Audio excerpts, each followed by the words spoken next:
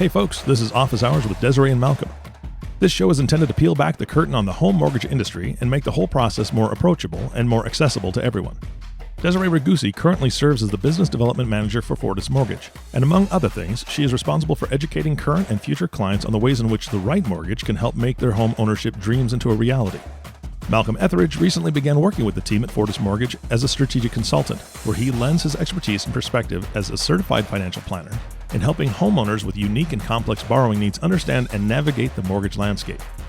In each episode, the pair will discuss a particular mortgage topic, share real-world examples, and give you the perspective of the lender, underwriter, and loan originator. So with that, Desiree, Malcolm, take it away.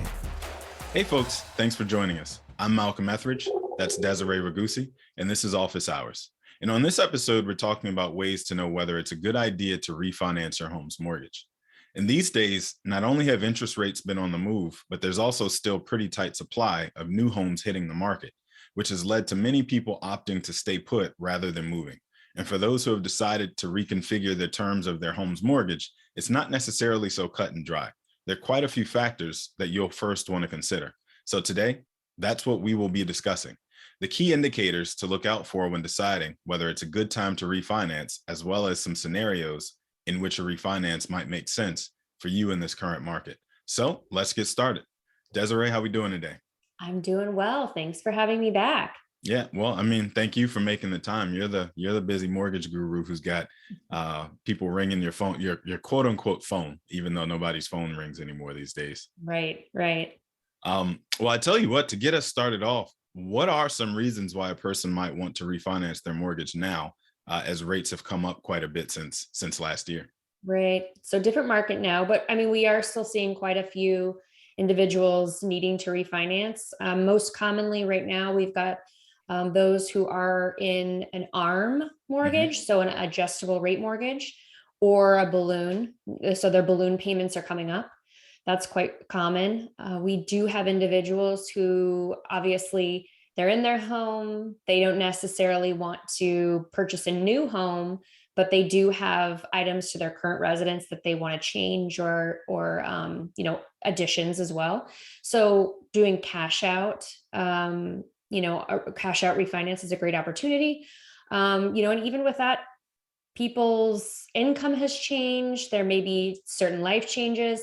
So even taking that cash out refinance money for things like school tuition, paying debts off. So we still do have individuals who need funds for other reasons, outside of just putting that money back into the home. And then, of course, I think we've seen it at least one to two times since the pandemic. The divorce rate has obviously gone up. We've been stuck at home with each other. And so there are a lot of people who are needing to refinance their houses to buy a spouse out or refinance it just to get the other spouse off of the mortgage. We might have to do a whole separate episode on that one. That's I think that we might. Well, real quick, before we move on to the next piece of this, you said two separate things that I want to make sure we clarify for people listening in case it's not clear. So you said balloon and you said ARM, which is adjustable rate mortgage.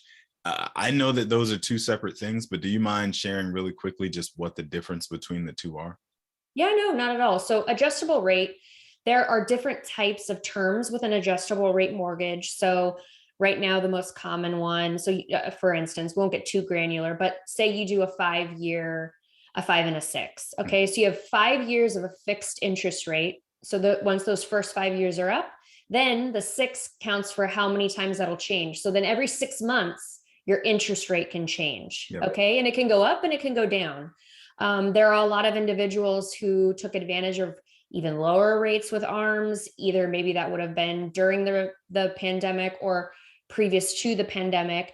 And now that time frame is coming up. And so they're looking to get out of it before it adjusts and get into something that's a fixed mortgage. And then a balloon is where you kind of how it sounds, you pay typically interest only payments for a certain amount of time on that loan. I would just say maybe 15 years. Mm-hmm. Then after 15 years, you owe the remaining amount of the mortgage. So you have to pay it. It's a balloon payment. You have to pay it off. Yeah. And so that's sometimes is not an option for people. Either They thought that it was going to be feasible when they, purchased the home or refinanced it with that. And now things have changed. So now they need to refinance the mortgage and get into something else. Okay. So just again, wanted to make sure I clarified, because I know we tend to merge the two of those together in our minds a lot of times, but they're obviously two completely different scenarios one might find themselves in. But what about fees as far as refinancing is concerned? I know it costs something to refinance my mortgage, right? Are loan closing fees for a refinance any different than if I were purchasing a new property? Yes. So most states and jurisdictions are not going to charge your transfer tax, your sales tax, right? But you will have to pay for your state stamp and your what's called like the recording fee for the new mortgage. You are going to have those types of fees associated with it. In addition to that, you're obviously going to need to set up a new escrow account. So there's going to be some prepaids also involved there. And then depending on either the bank or retail or mortgage broker you decide to go with, there could be an underwriting or origination fee that would go along with it. And probably an appraisal fee on top of that. Yes. So that's obviously, it depends. Again, we do still see some appraisal waivers for refinances, but that's something that the lender would have to let you know if you qualified for, or you were granted that during the, running your file through. But other than that, yes, you would have to have somebody come out to appraise the property to make sure that the value is on par with what you're trying to refinance for. And sticking there for a second, since we're talking about fees, and I know as we just got done talking about, there's 5-10 different types of fees that would apply. How do I determine the return on investment refinancing versus not, right? How do I determine, or another way, my break even maybe is the way to term it? Right. Well, I guess you have to look at the total cost, the expense of that refinance. So what's the total? Is it 4,000, 5,000, 6,000 to, have that new mortgage opened up? And then you're going to have to do some math. I guess it's simple math though, but what's the difference in payment and, multiplying or dividing that into the total cost. And then you're going to get typically your amount of months that it's going to take you to break even or get your return on investment. So I take the amount that I'm going to end up having to spend on the new mortgage and compare it against the savings, the cost savings from refinancing, and how many months it'll take for those numbers to match, basically. Yeah, simple way to say it, right? I'm making sure I understand. You're the expert. I'm making sure that I understand on my side. But is there a specific interest rate or some other point where it may not make sense to refinance? Gosh, it's, I think you really have to sit down and look at what's the goal and how long are you going to be in the house? Because if you're going to do a cash out refinance and you're pulling $40,000, $50,000 out of the house and you don't plan on being in the house for longer than the time it, associated costs that it's going to take to pay to refinance, then again, that probably doesn't make sense. But I think walking through with your mortgage professional to talk about what that is, why you're doing it, what's the goal, how long are you going to be in the house, to decide if that makes sense is the best option. Again, obviously too, like if you have someone that you work on with your finances, they can probably support with that decision as well. I think it's also important to recognize that if you're refinancing the mortgage, then you're starting a new loan, which means you're restarting the time clock on how long it takes before your payments actually start applying to principal versus interest. Absolutely. Right. So in that first 4 to 5 years of a new loan, the way amortization tables look, most of your payment is going toward interest until that point. So you really won't have had a chance to attack much of the principal, less than that 4 to 5 year window too. Yeah, it's a good point. Also keeping in mind though, that say you're coming out of an adjustable rate mortgage and you've been doing that for 4 or 5 years, if you're going to transfer into a fixed rate, you do have options when it comes to your term. So you could do a 20-year. So if you wanted to get ahead, you could do a 20, you can do a 15. That is still an option that's on the table. Obviously, it will change if you're taking on a higher interest rate.